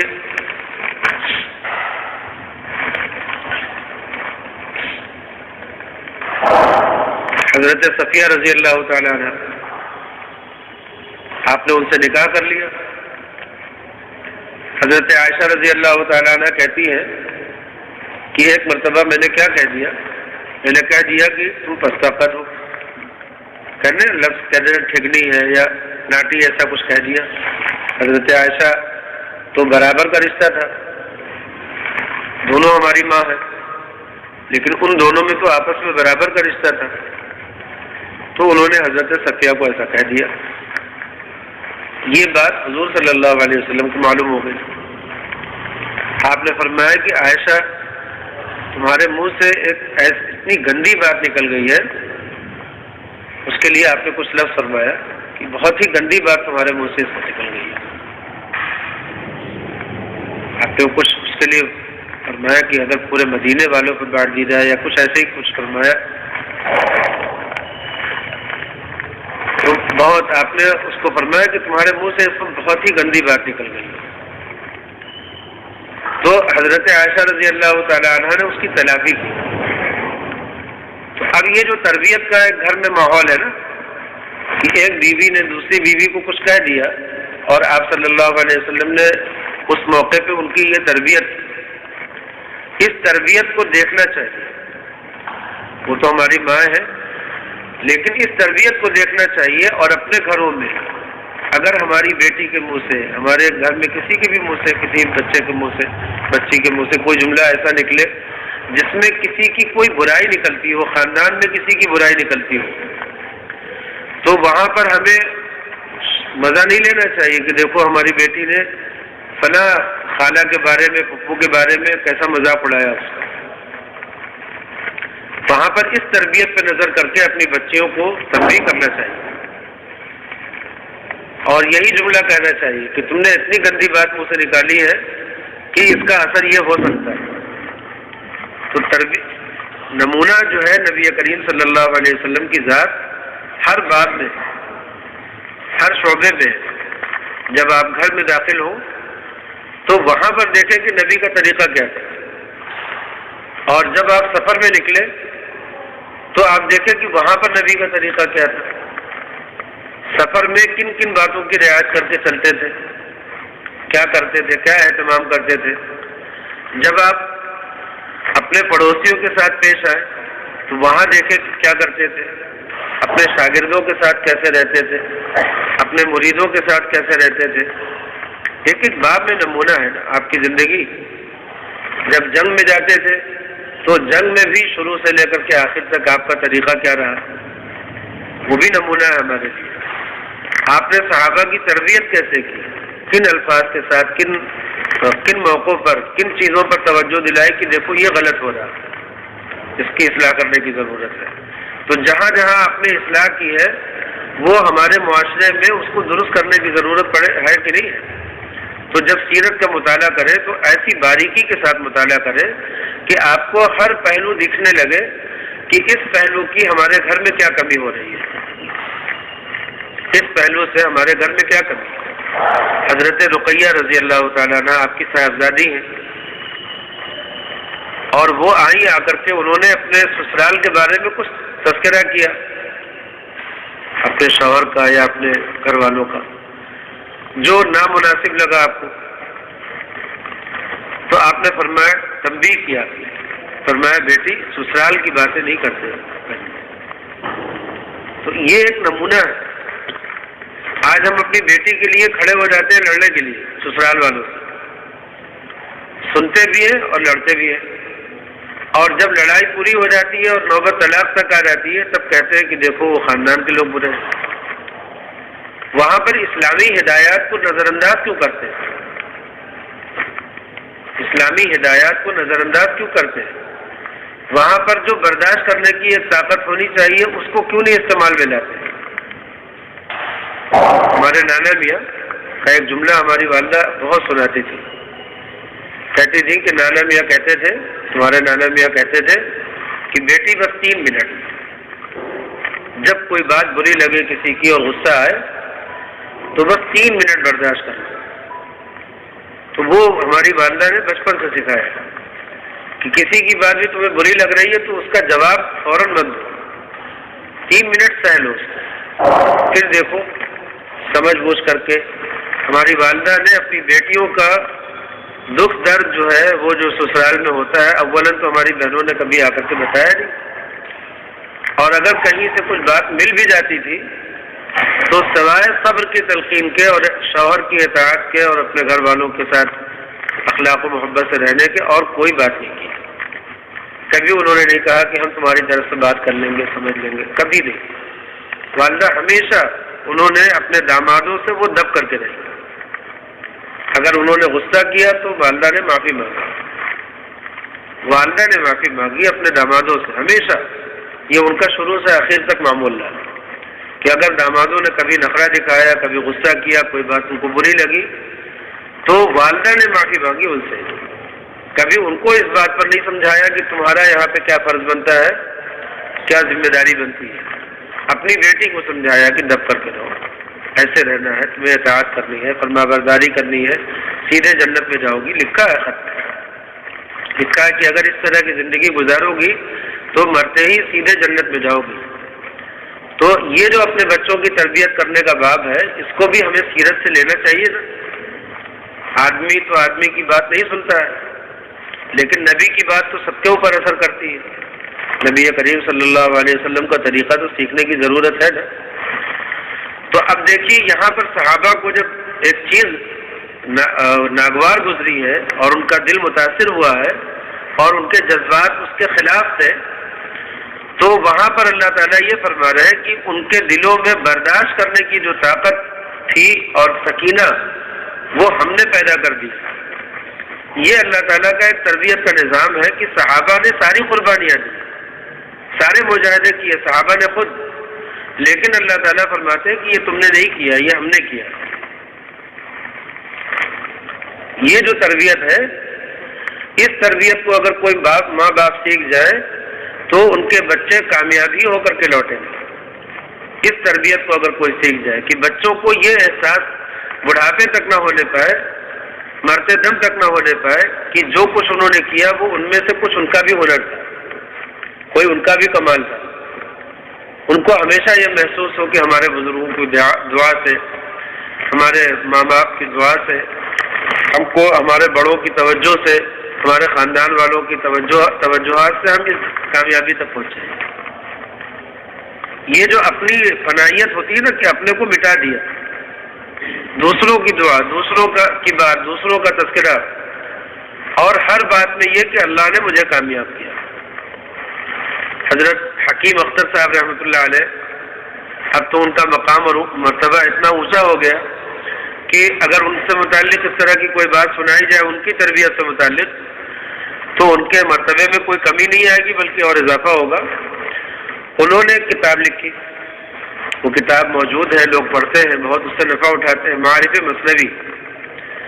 اس کتاب میں کو لکھ کر کے انہوں نے حضرت ہردوئی نور اللہ مرقدہ اپنے شیخ و مرشد کے پاس بھیجا اور یہ لکھا شروع میں کہ الحمدللہ اس کتاب میں میں نے یہ کام کر دیا ہے، مثنوی کا ایسا انتخاب کر دیا ہے، اس کی ایسی تشریح کر دی ہے، جو کام کیا تھا لکھ دیا۔ حضرت نے اس پر جواب میں کیا لکھا؟ حضرت نے لکھا کہ تعجب ہے کہ آپ نے یہ عبارت ایسے نہ لکھ کر کے ایسے کیوں لکھی؟ مطلب وہ کیا لکھنا تھا وہ بتایا، حضرت نے اشارہ دیا۔ حضرت نے لکھا کہ لکھنا یہ چاہیے تھا کہ اللہ کے فضل و کرم سے، بزرگوں کی دعاؤں سے، بزرگوں کی برکت سے، اپنے اکابر کے فیض سے یہ چیزیں اس طرح ہو گئی ہیں۔ یہ نہ لکھ کر کے آپ نے لکھا کہ میں نے کر دیا، میں نے یہ کر دیا، میں نے وہ کر دیا، تو آپ نے اپنی طرف کیوں نسبت کی اس کی؟ یہ سوال ہو گیا۔ اب دیکھیے تربیت ہے نا، یہ بچہ جب یہ کہتا ہے میں نے کر دیا تو ماں باپ کہتے ہیں بچے کے اندر خود اعتمادی پیدا ہو رہی ہے، اور یہاں اتنے بڑے بزرگ، اتنے بڑے اللہ والے، اتنے بڑے عالم، اور وہ ایک کتاب لکھ کر کے اپنے شیخ و مرشد کی خدمت میں پیش کرتے ہیں، تو شیخ و مرشد کہتے ہیں کہ اس میں کہاں سے آیا؟ اللہ کہاں ہے؟ بزرگان دین کا فیض کہاں ہے؟ اساتذہ کی تربیت کہاں ہے؟ میں کہاں سے آیا اس کا؟ تو تربیت یہ ہے، اسی کو میں بتانا چاہ رہا تھا کہ هو الذی انزل السکینہ، صحابہ نے اس امتحان کو پاس کیا، وہ برداشت کر لے گئے، لیکن اللہ تعالیٰ کہہ رہے ہیں کہ یہ برداشت ہم نے پیدا کی تمہارے دل میں۔ ٹھیک، اس سبق کو ہر مرید کو یاد کرنے کی ضرورت ہے۔ جو لوگ کسی بزرگ کی خدمت میں جاتے ہیں مرید ہونے کے لیے، اور اگر وہ ان کے اندر کوئی وصف پیدا ہو، کوئی کمال اور ہنر آ جائے، کوئی خوبی پیدا ہو جائے، جیسے معمولات کی پابندی ہونے لگی، جیسے ان کو کچھ عجیب حکمتیں اور اشارے اور حقیقتیں سمجھ میں آنے لگی، یا جیسے کچھ باتیں دل میں اترنے لگی ایسی، اگر ایسا کچھ ہونے لگے ان کے ساتھ، کوئی نعمتیں ملنے لگے من جانب اللہ، تو پیر کو وہاں پر اپنے مرید کی اس نگرانی کی ضرورت ہے کہ وہ ان میں سے کسی چیز کو اپنا ہنر، اپنا کمال تو نہیں سمجھ رہا۔ اگر وہ اپنا ہنر، اپنا کمال سمجھ رہا ہے تو مصیبت میں ہے وہ، کب شیطان اس کو لنگڑی مارے گا اس کو پتہ نہیں چلے گا۔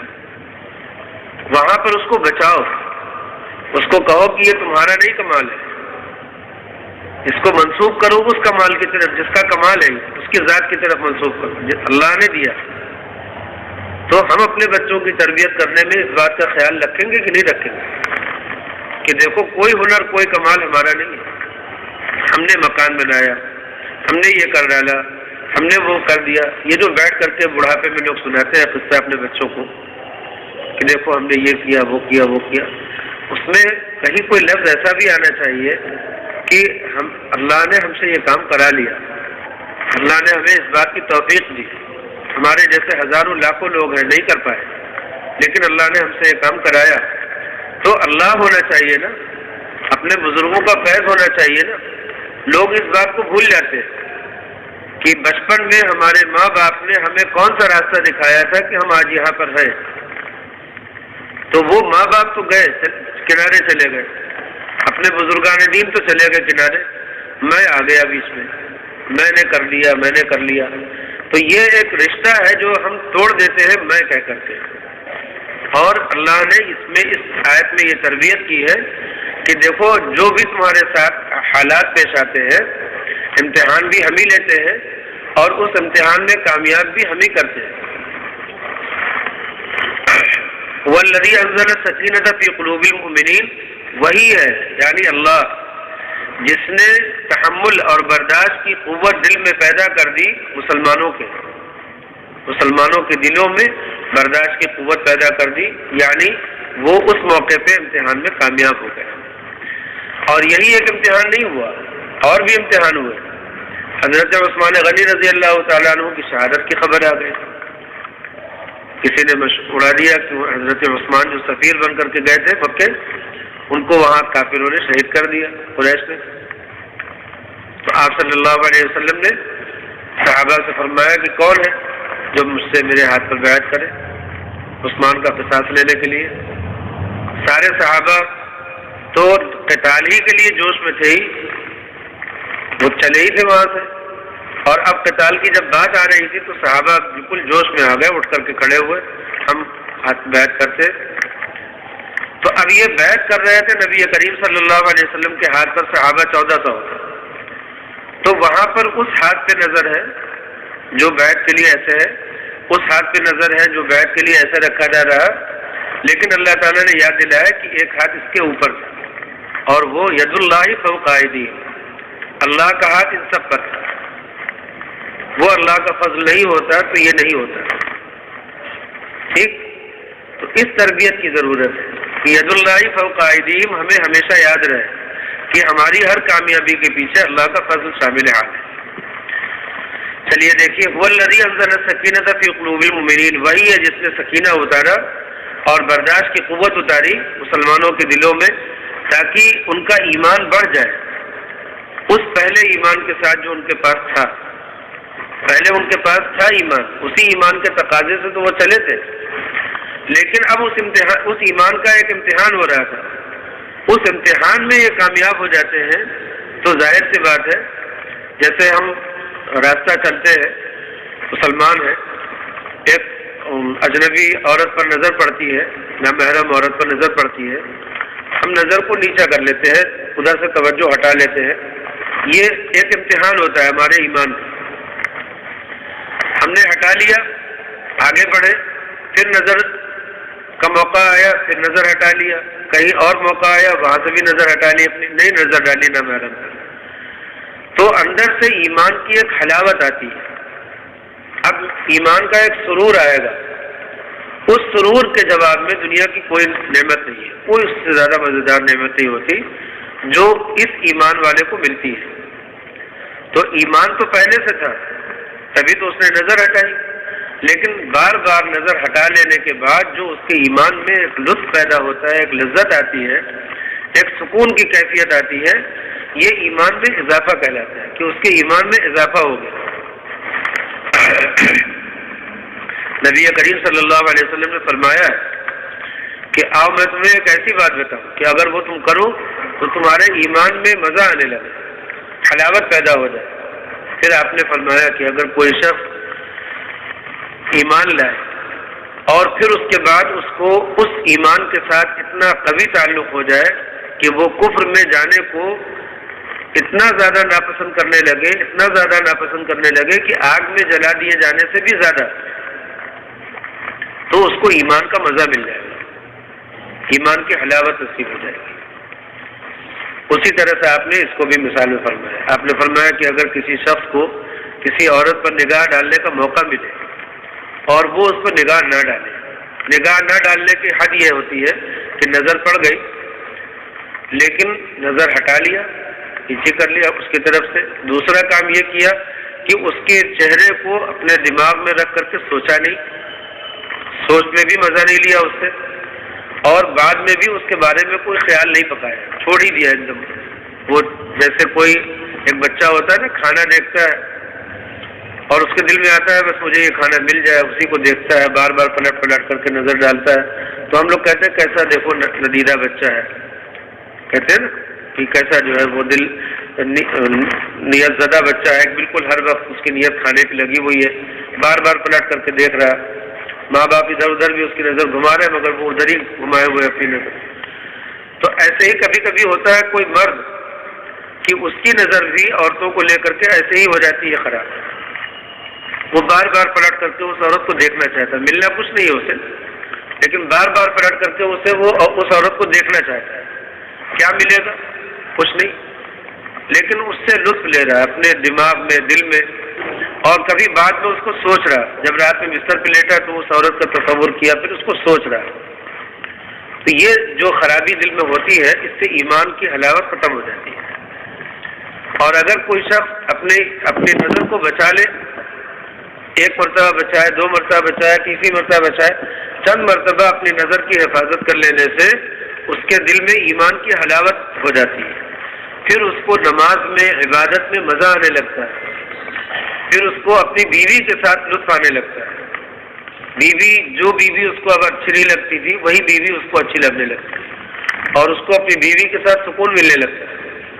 تو یہ ساری کیفیتیں پیدا ہوتی ہیں اگر آدمی نظر کی حفاظت کرے۔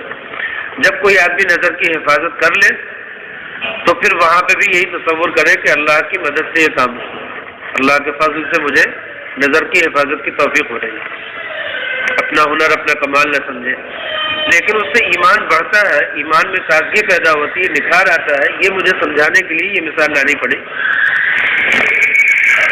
وَلِلَّهِ جُنُودُ السَّمَاوَاتِ وَالْأَرْضِ، اور اللہ کے لشکر ہیں زمینوں میں اور آسمانوں میں۔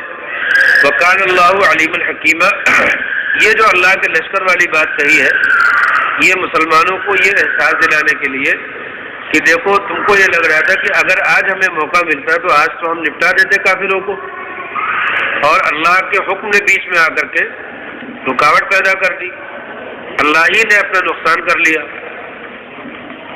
یہ ہوتا ہے نا، آدمی کے دماغ میں غرور ایسے ہی تو آتا ہے کہ آج تو ہم کر دیتے کام سارا، لیکن اللہ ہی نے رکاوٹ پیدا کر دی، یہ صلح والا راستہ بیچ میں آ گیا۔ تو اللہ تعالیٰ فرما رہے ہیں کہ دیکھو اللہ کی ذات بے نیاز ہے، اس کو ان کافروں کو شکست دینے کے لیے تمہاری ضرورت اور احتیاج نہیں ہے۔ اللہ کے بہت سے لشکر زمینوں اور آسمانوں میں، اس کے لشکر بھرے پڑے ہیں، حکم دے دے بارش کو، پانی کو، حکم دے دے ہوا کو، حکم دے دے کسی بھی چیز کو، تو وہ اللہ کے لشکر کے تو بہت ہیں، بہت۔ اپنے لشکر پر غرور مت کرو، وہ جو ہم کہہ رہے ہیں نا کہ ہم نے تم کو سکون بخشا، ہم تم کو لے جا رہے ہیں، اس طرح سے تربیت کر رہے ہیں، اس پر یقین کرو۔ یہ نہیں ہے کہ ہم کو تمہاری احتیاج ہے، ہم کو تمہاری کوئی غرض ہے، یہ جملہ اللہ ہی کہہ سکتے ہیں، اللہ تعالیٰ ہی کہہ سکتے ہیں۔ تو اللہ تعالیٰ یہ احساس دلاتے رہتے ہیں مسلمانوں کو اور ہر ایک کو کہ اللہ کو کسی کی ضرورت نہیں ہے مدد کرنے کی۔ وَلِلَّهِ جُنُودُ السَّمَاوَاتِ وَالْأَرْضِ، اور اللہ کے بہت سے لشکر ہیں آسمانوں میں اور زمینوں میں۔ وَكَانَ اللَّهُ عَلِيمًا حَكِيمًا، اور اللہ علم والا ہے، حکمت والا ہے، اس لیے اسے پتہ ہے کہ کس بات کا کیا نتیجہ آئے گا، تو وہ اپنے علم اور حکمت کے تقاضے سے فیصلے کرتا ہے۔ تو اگر اس نے کہا کہ خواب دکھایا کہ چلو، تو اس میں بھی اللہ کی جو حکمت تھی وہ اللہ کو معلوم ہے۔ جب اس نے صلح کے لیے کہا تو اس میں بھی اللہ کو معلوم ہے کہ کیا حکمت ہے۔ جب اس نے جنگ کے لیے کہا تو اللہ کو معلوم ہے کہ اس میں کیا حکمت ہے۔ چلیے لیدخل المؤمنین والمؤمنات، اللہ نے جو یہ صلح کا معاملہ کرایا وہ اس لیے تاکہ مسلمانوں کو، مسلمان مردوں کو اور مسلمان عورتوں کو داخل کرے ایسے باغات میں جن کے نیچے سے نہریں بہتی ہوں گی، جن میں وہ ہمیشہ رہیں گے، اور ان کی غلطیوں کو اور گناہوں کو وہ مٹا دے گا۔ یہ جو اللہ نے بتایا کہ ہم نے جو تمہارے ساتھ یہ سب معاملات کیے ہیں کہ تمہارا اختیار تمہاری مرضی کا کچھ ہے ہی نہیں، بس نبی کی مرضی، نبی کا حکم اور یعنی اللہ کا حکم، یہ جو ہم تمہارے ساتھ کر رہے ہیں یہ اس لیے تاکہ تم کو جنت ملے۔ تو مسلمانوں کو پھر سے اللہ نے توجہ دلا دی کہ صلح کرو گے تو بھی ہماری مرضی کے مطابق صلح کی ہے تو جنت میں جاؤ گے، اور جنگ کرو گے تو بھی ہماری مرضی کے مطابق کرو گے تو جنت میں جاؤ گے۔ غرض یہ کہ اپنا تمہارا کچھ بھی نہیں ہے، اپنی تمہاری مرضی، اپنا اختیار تمہارا کچھ بھی نہیں ہے، جو اللہ کا حکم ہوگا وہی کرنا ہے۔ یہ احساس دلایا مسلمانوں کو۔ اور دیکھیے اللہ تعالیٰ نے کبھی بھی لوگوں کو دنیا کی کا لالچ نہیں پیدا کرایا، ہمیشہ آخرت کی طرف توجہ دلائی۔ اسی لیے کہا جاتا ہے کہ مسلمان ہر حال میں کامیاب ہے، اگر وہ کسی طرف قدم بڑھاتا ہے اللہ کی مرضی کے مطابق تو چاہے اسے وہ کامیابی جو ظاہری کہلاتی ہے وہ ملے یا نہ ملے، وہ کامیاب ہے، اس نے اللہ کا کام پورا کر دیا، نتیجے اس کے ہاتھ میں ہے نہیں۔ تو مومن کبھی بھی کسی بھی حالت میں ناکام نہیں ہوتا، مومن کبھی بھی کسی بھی حالت میں ناکام نہیں ہوتا ہے۔ ناکام کب ہوتا ہے؟ جب وہ اللہ کی مرضی اور حکم کے خلاف کرتا ہے تبھی ناکام، ورنہ جب تک وہ مرضی کے مطابق چل رہا ہے تو ہار اور جیت جو دنیا کی ہے اس پر اس کی کامیابی ناکامی کا مدار نہیں ہے۔ ایک مولوی صاحب تھے، ایک جگہ جلسہ تھا ایسی مسجد میں، اور وہاں پر انہوں نے تقریر کی، ہمیں بھی تقریر کرنی تھی، تو جس وقت ہم پہنچے مسجد میں تو وہ کر رہے تھے تقریر، تو ایک قابلیت ان کے دماغ میں آئی، کہنے لگے کہ دیکھو جتنے انبیاء تھے اللہ نے ان کو مشن دے کر کے بھیجا تھا، ایک مشن پر بھیجا کہ جاؤ تمہارا کام یہ ہے، تو اس میں کچھ نبی کامیاب ہوئے اپنے مشن میں، کچھ کامیاب نہیں ہوئے، نعوذ باللہ۔ دوسرا جملہ ان کے منہ سے کیا نکلا؟ کہنے لگے کہ دیکھو کچھ نبی ایسے ہوئے کہ جن کو بہت امتی، مطلب بہت سے لوگ ان کے پیچھے، ان کے جھنڈے کے پیچھے آ گئے، اور کچھ کو ایک بھی ایمان نہیں لایا۔ تو اب انہوں نے کامیابی کا مدار کس پر رکھا کہ کتنے لوگ ان کے جھنڈے کے نیچے آئے، تو ان کی نظروں میں تو نوح علیہ السلام تو بہت ہی ناکام ہوں گے جی، ان کی نظروں میں اتنی بھی سمجھ نہیں ہوئی کہ نوح علیہ السلام کو کیا کہیں گے۔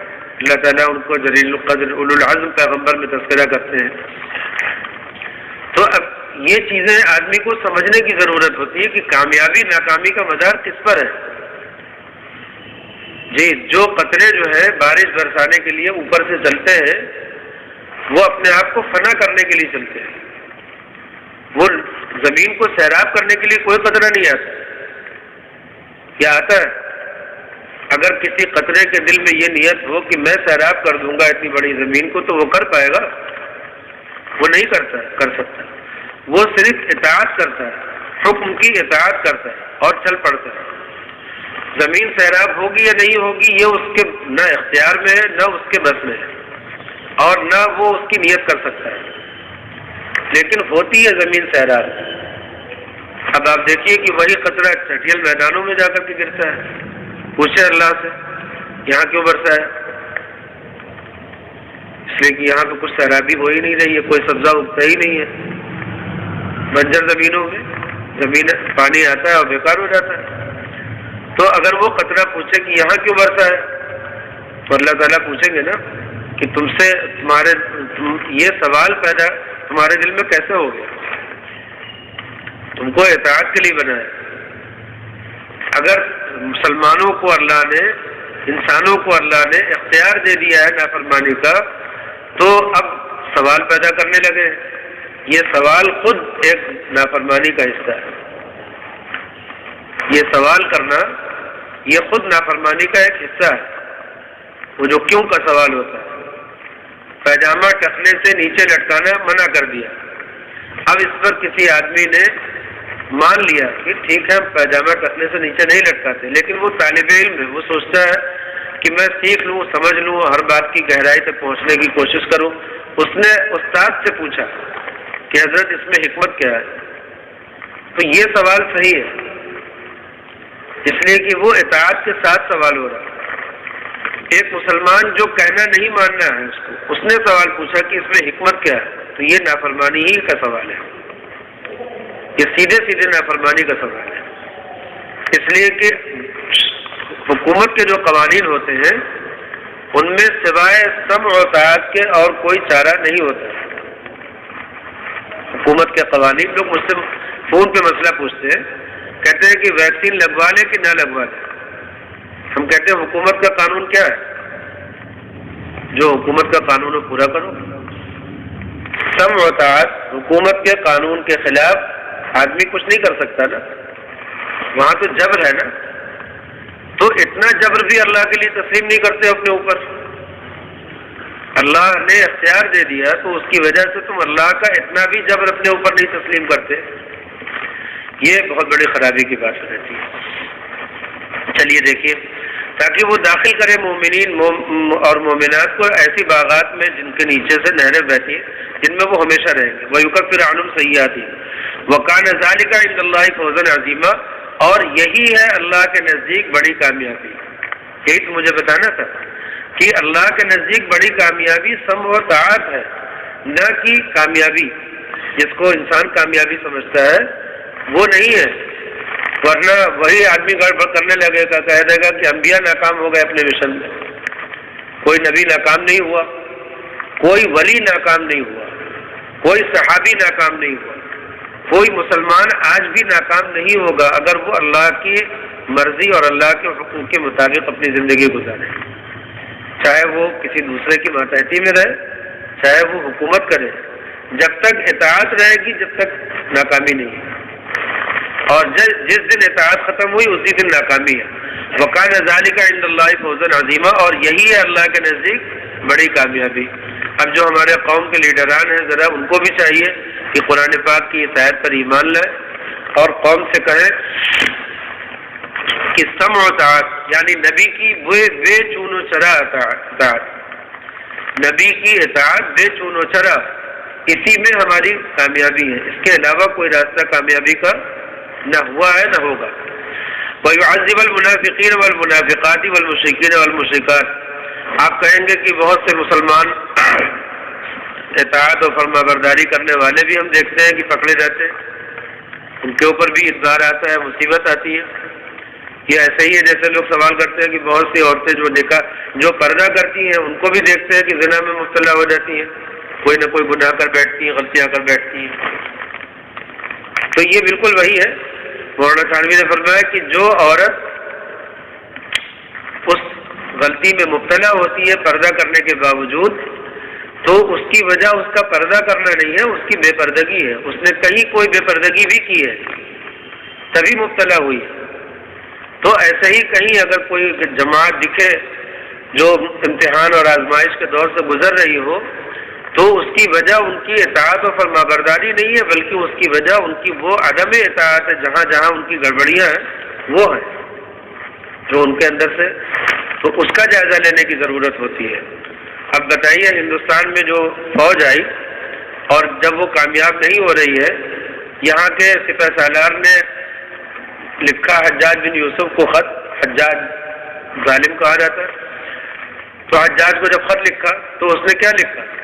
اس نے لکھا کہ لگ رہا تمہارے جماعت میں لشکر میں نماز کا اہتمام کم ہو گیا. تو اس نے اس کو اس سے بھی جوڑا کہ ہتھیار کی کمی بھی ہو سکتی ہے، یہ بھی کمی ہو سکتی ہے، وہ بھی ہو سکتی ہے، لیکن ایسا لگ رہا کہ نماز میں کمی اور کوتاہی ہو رہی ہے تمہارے لشکر میں. تو اس سے بھی جوڑ کر کے دیکھنا چاہیے اپنی کامیابی ناکامی کو کہ ہم دین میں کہاں کہاں گڑبڑی کر رہے ہیں. آج ہمارے گھروں میں دین پوری طرح جاری نہیں ہو رہا. وراثت کے قوانین کی اس طرح دھجی اڑائی جا رہی ہے، وراثت کے قوانین کی کہ لوگوں کو وراثت کے قوانین کا احساس بھی نہیں رہ گیا۔ اگر کوئی اپنی بہن کا یا اپنی پھوپھی کا یا اپنے عزیز رشتہ دار کا حصہ نہیں دے رہا ہے اپنی جائیداد میں اور اس کو وہ کھا رہا ہے، اس کے باوجود بھی وہ نیک رہ رہا ہے، اس کو نیکی کا احساس ہے۔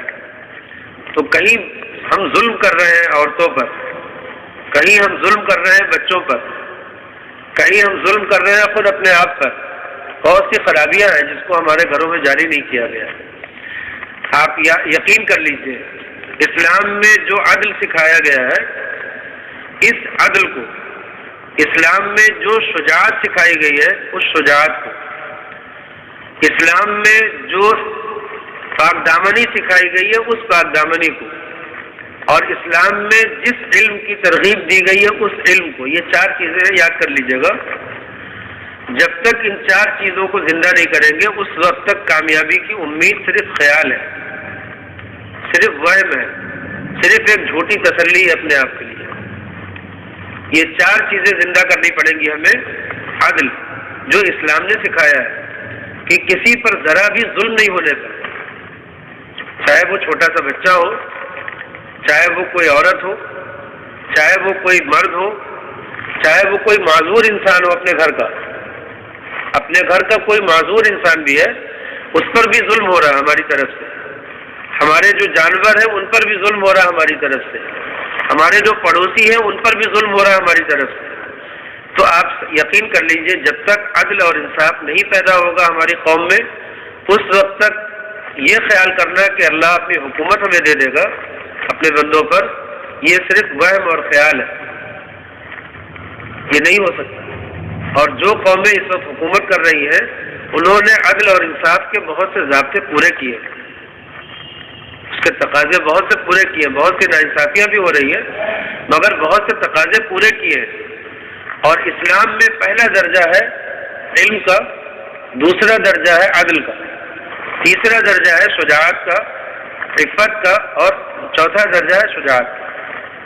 یہ چار درجے ہیں، ان کو پورا کر لیجئے، پھر اگر قوم کامیابی کے راستے پہ نہ چل پڑے تو آپ مجھے کہیے، اور مجھے کیا کہیں گے جب یہ آپ اس راستے کو اختیار کر لیں گے تو چل ہی پڑیں گے انشاءاللہ، اس میں کوئی شبہ تھوڑی ہے، کوئی دو رائے تھوڑی ہے اس میں۔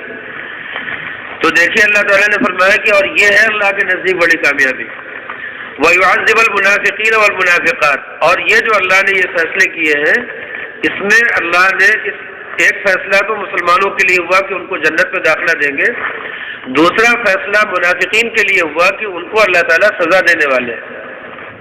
یہ جو صلح ہوئی ہے، منافقین وہاں مدینے میں جو ساتھ نہیں آئے تھے انہوں نے کیا کہا تھا کہ یہ جا رہے ہیں اور یہ ان میں سے کوئی ایک واپس نہیں آئے، سب تباہ ہو جائیں گے۔ انہوں نے کہا کہ اب تو ہم لوگ اس کی خبر سننے والے ہیں کہ مسلمان ختم ہوئے، اس کا انتظار کر رہے تھے وہ۔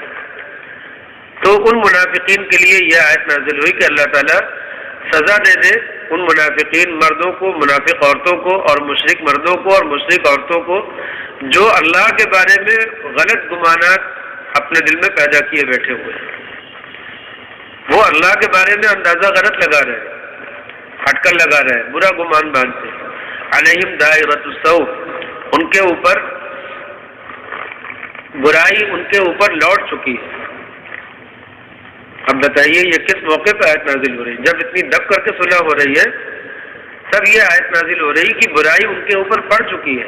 علیہم دائرۃ السوء، ان کا برا وقت شروع ہو چکا ہے، یہ آیت نازل ہو رہی ہے۔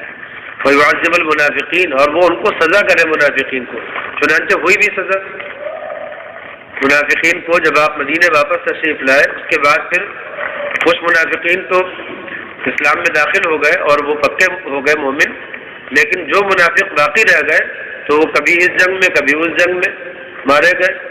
مسلمانوں کی تعداد روزانہ بڑھنے لگی، منافقین کی تعداد روزانہ گھٹنے لگی، تو ایسے ہی آدمی ایک غم میں چلا جاتا ہے۔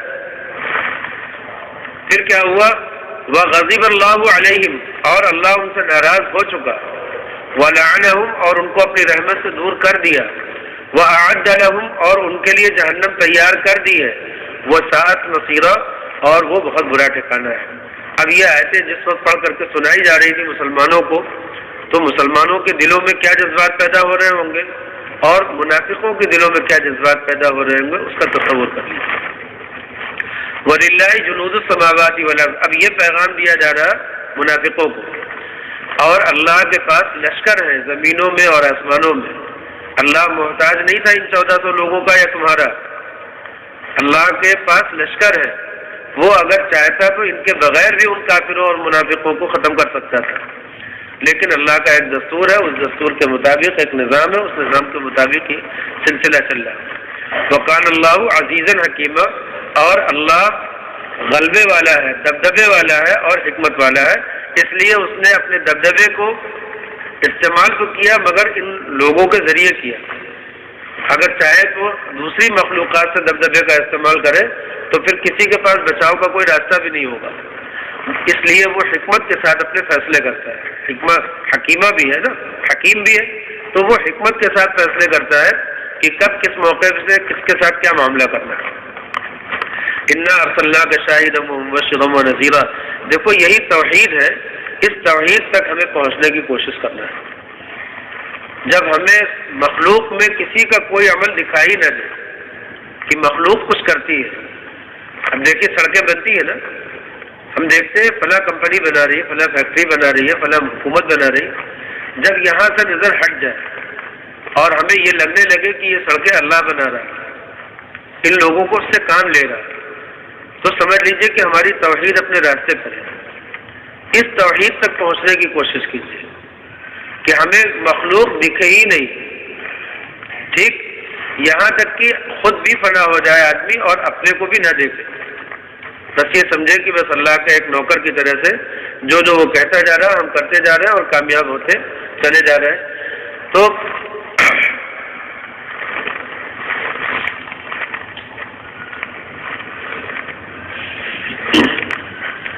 وَلِلَّهِ جُنُودُ السَّمَاوَاتِ وَالْأَرْضِ إِنَّا أَرْسَلْنَاكَ، اے نبی ہم نے آپ کو بھیجا ہے گواہ بنا کر کے اور مبشر بنا کر کے اور نذیر بنا کر کے۔ یہ تین صفات نبی کی وہاں پہ سنائی جا رہی ہیں مسلمانوں کو، اور نبی کو مخاطب کیا گیا ہے کہ ہم نے آپ کو گواہ بنایا۔ گواہ کا مطلب کیا ہے کہ نبی کریم صلی اللہ علیہ وسلم وہاں موجود ہے، اللہ کی طرف سے پیغمبر، فرشتے تو دکھ نہیں رہے تھے، اللہ دکھ نہیں رہا ہے، لیکن اللہ کا ایک فرشتہ وہاں پر موجود ہے جو لوگوں کے اعمال کی نگرانی کر رہا ہے اور ان پر گواہ بن رہا ہے، اور قیامت کے دن وہ گواہی دے گا کہ لوگوں نے آپ کے ساتھ کیا معاملہ کیا، کس نے اطاعت کی، کس نے نافرمانی کی۔ اب اس میں علماء نے ایک مسئلہ رکھا، ایک اختلاف ہوا کہ کیا یہ گواہی جو ہے وہ صرف نبی کریم صلی اللہ علیہ وسلم کے دور کے ساتھ خاص ہے، دور رسالت کے ساتھ، یا قیامت تک کے مسلمانوں کے لیے آپ گواہ ہیں؟ تو اس کا جواب یہ ہے، جمہور کی رائے یہ ہے کہ آپ قیامت تک کے مسلمانوں کے لیے گواہ ہیں، اس لیے اللہ تعالیٰ نے اس کا نظام بنا دیا۔ آپ حاضر ناظر تو ہے نہیں کہ سب کے اعمال کو ہر جگہ رہ کر کے دیکھ رہے ہیں، اللہ تعالیٰ نے اس کا ایک نظام بنا دیا۔ ہمارے اعمال صبح و شام نبی کریم صلی اللہ علیہ وسلم کے دربار میں پیش کر دیے جاتے ہیں اور آپ اس پر مہر لگا دیتے ہیں، یعنی وہ آپ کے علم میں آ جاتا ہے کہ آج کس نے کیا کیا کیا، آپ اس کے گواہ بن جاتے ہیں۔ تو مشاہد ہیں آپ ہمارے اعمال کے، لیکن فرشتوں کے ذریعے سے فرشتے خبریں پہنچاتے ہیں، ہمارے اعمال کی اطلاع دیتے ہیں، اور نبی کریم صلی اللہ علیہ وسلم اس پر گواہ بنتے رہتے ہیں، یہاں تک کہ قیامت کے دن جب ساری امتیں کھڑی ہو جائیں گی تو نبی کریم صلی اللہ علیہ وسلم کو دربار میں پیش کیا جائے گا گواہ بنا کر۔ آپ گواہی ان باتوں کی دیں گے جو آپ نے اپنی زندگی میں دیکھی، اور گواہی ان باتوں کی بھی دیں گے جو آپ نے اپنی اس دوسری زندگی میں بھی دیکھی، جو فرشتوں کے ذریعے سے ہوئی، ان ساری چیزوں کی گواہی دیں گے نبی کریم صلی اللہ علیہ وسلم۔ آپ جانتے ہی ہیں کہ گواہی جو ہوتی ہے صرف ہمیشہ آنکھ سے دیکھی چیز کی نہیں ہوتی، کان سے سنی چیز کی بھی ہوتی ہے نا، اور گواہی جو ہوتی ہے وہ جو حساب چیک کرتا ہو اور ذمہ دار اس کا ایڈیٹر ہو، اس کی بھی تو گواہی ہوتی ہے کہ نہیں ہوتی؟ جب وہ کر دیتا ہے، ایڈٹ کر دیتا ہے کہ ہاں میری نظروں میں یہ سارے حساب ٹھیک ہیں، تو اس کی بھی گواہی کا کوئی اعتبار ہے کہ نہیں ہے؟ تو ایسے ہی نبی کریم صلی اللہ علیہ وسلم نے اپنی زندگی میں جو رہ کر کے مشاہدہ کیا حیات ظاہری میں، تو اس کے بعد جو دوسری آپ کو حیات ملی ہے، آپ اس وقت بھی حیات ہیں، لیکن اس دوسری حیات میں بھی آپ مشاہد ہیں ہمارے تمام اعمال کے، اور اس مشاہدے کی خبر آپ کو فرشتوں کے ذریعے سے ہوتی ہے، سارے اعمال پیش کیے جاتے ہیں، رجسٹر پیش ہوتے ہیں۔ تو پہلی بات تو شاہد سمجھنا کہ آپ شاہد کس اعتبار سے ہیں۔ دوسری بات ہے مبشر۔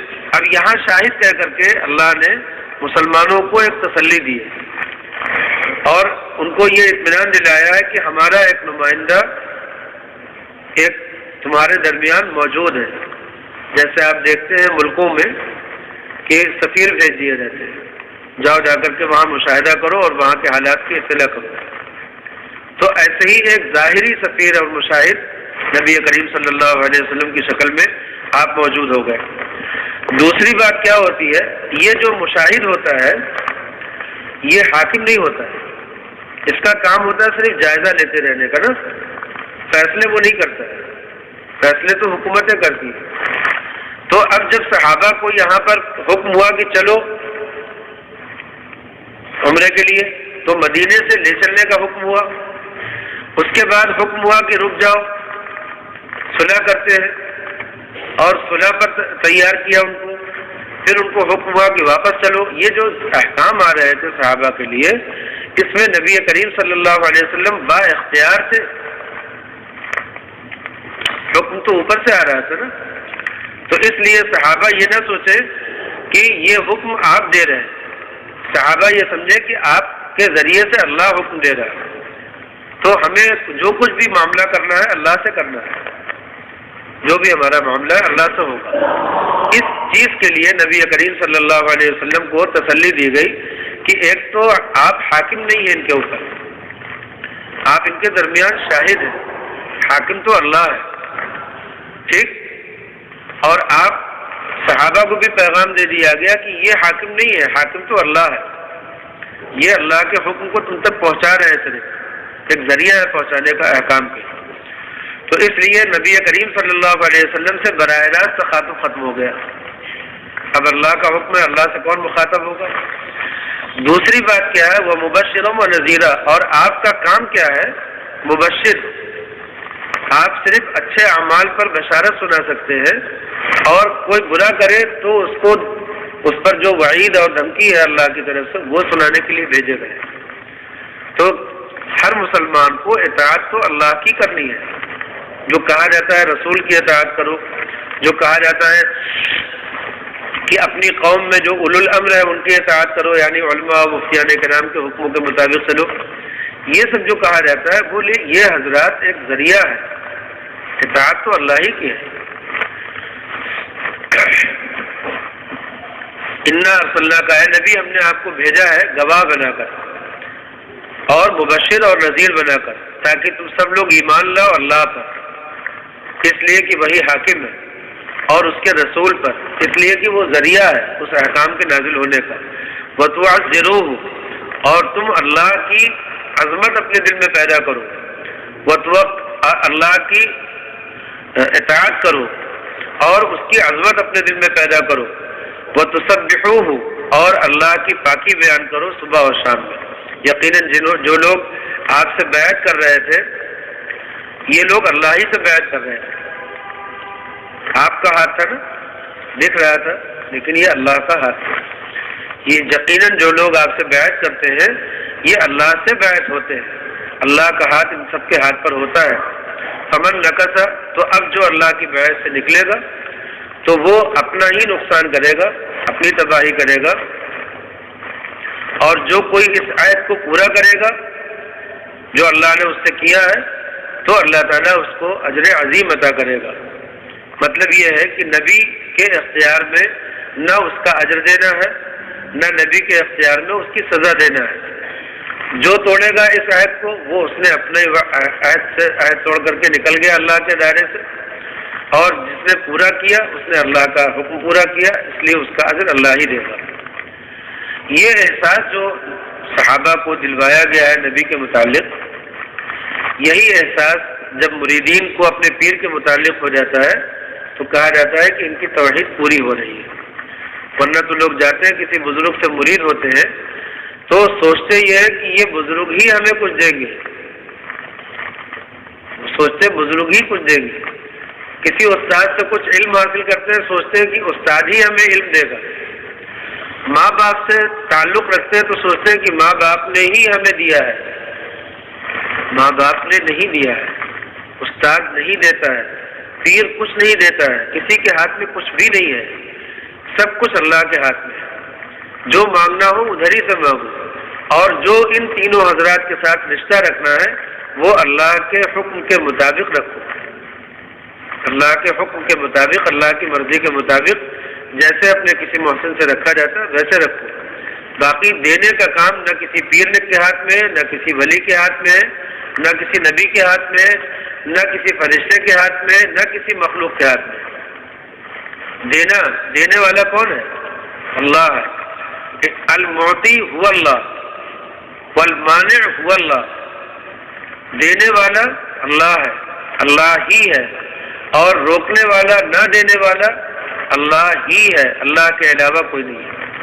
ٹھیک، یہی رشتہ رکھنا چاہیے اپنے تمام مخلوق سے۔ جی 23 تاریخ یعنی اگلے اتوار۔ ٹھیک ہے، تو ہم لوگ 7:30 بجے آ جائیں اور 8:30 بجے، جی نہیں 7:30 تو آنا مشکل ہوگا، 8 بجے آ جاتے ہیں، 9 پہ خالی کر لیں، 9 بجے تک۔ ٹھیک، تب اس سے کوئی دقت تو نہیں ہوگی۔ چلیے ٹھیک ہے، انشاءاللہ 8 بجے سے 9 بجے ایک گھنٹہ۔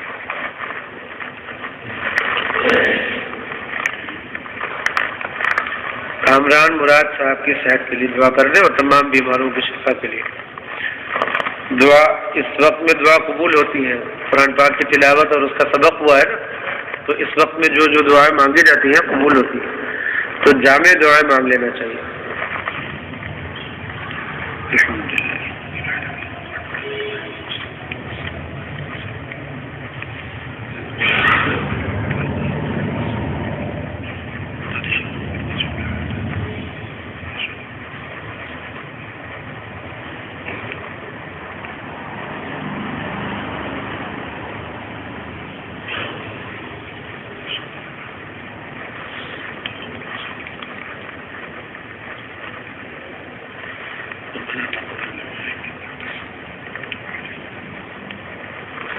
رحمتک یا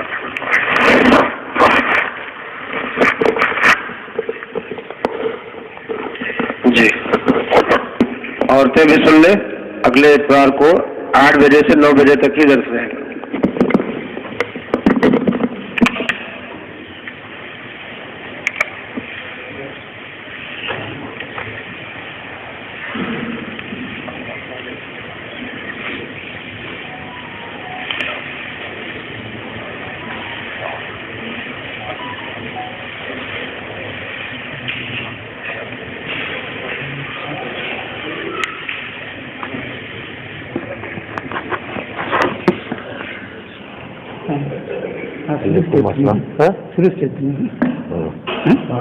مطلب تلاوت صحیح تو ہم اسی طرح خاص